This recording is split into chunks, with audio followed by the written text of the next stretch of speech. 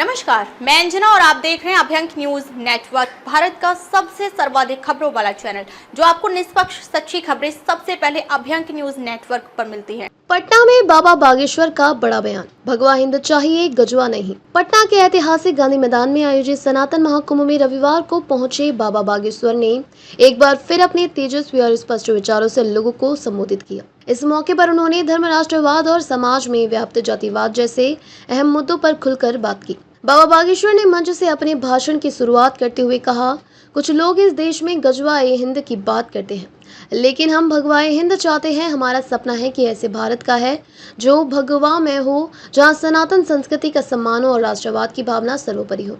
उन्होंने यह भी स्पष्ट किया कि उनका मकसद किसी भी विशेष राजनीतिक दल को समर्थन करना नहीं है, बल्कि वह उन सभी के साथ है जो हिंदुत्व को, सनातन मूल्यों को आगे बढ़ाते हैं।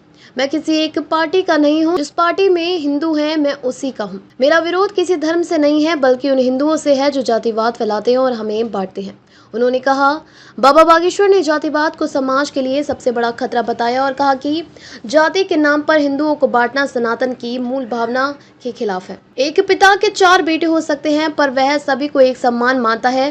वैसे सनातन भी सभी को समान दृष्टि से देखता है, उन्होंने समझाया।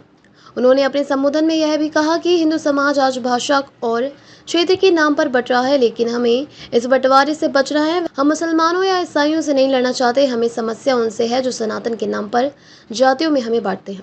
बाबा बागेश्वर ने ऐलान किया कि आने वाले समय में बिहार में पदयात्रा करेंगे ताकि सनातन को घर घर तक पहुंचा सके। बिहार मेरे लिए नया नहीं है, पहले भी आया हूं और आगे भी आता रहूंगा। चुनावों के बाद पदयात्रा करूंगा और सनातन के धागे से लोगों को जोड़ूंगा।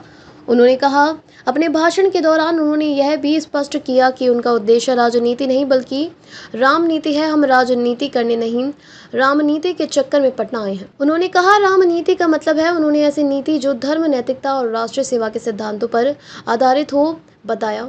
इस मौके पर बाबा बागेश्वर ने यह भी कहा कि उन्होंने सनातन महाकुंभ में आमंत्रण पर भाग लिया और यह उनके लिए गर्व की बात है कि वह सनातन धर्म को लेकर देश भर में जागरूकता फैलाने का हिस्सा बन रहे हैं।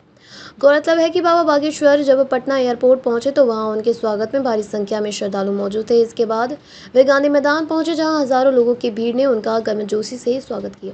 इस पूरे आयोजन का उद्देश्य सनातन धर्म की रक्षा और समाज को जातिवाद से मुक्त एकजुट करना था और बाबा बागेश्वर ने अपने ओजस्वी भाषण में इस उद्देश्य को गहराई से छूने का प्रयास किया।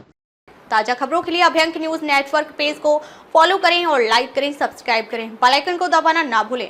अगर आप हमें फेसबुक, ट्विटर, इंस्टा के माध्यम से देख रहे हैं तो फॉलो, कमेंट करना ना भूलें।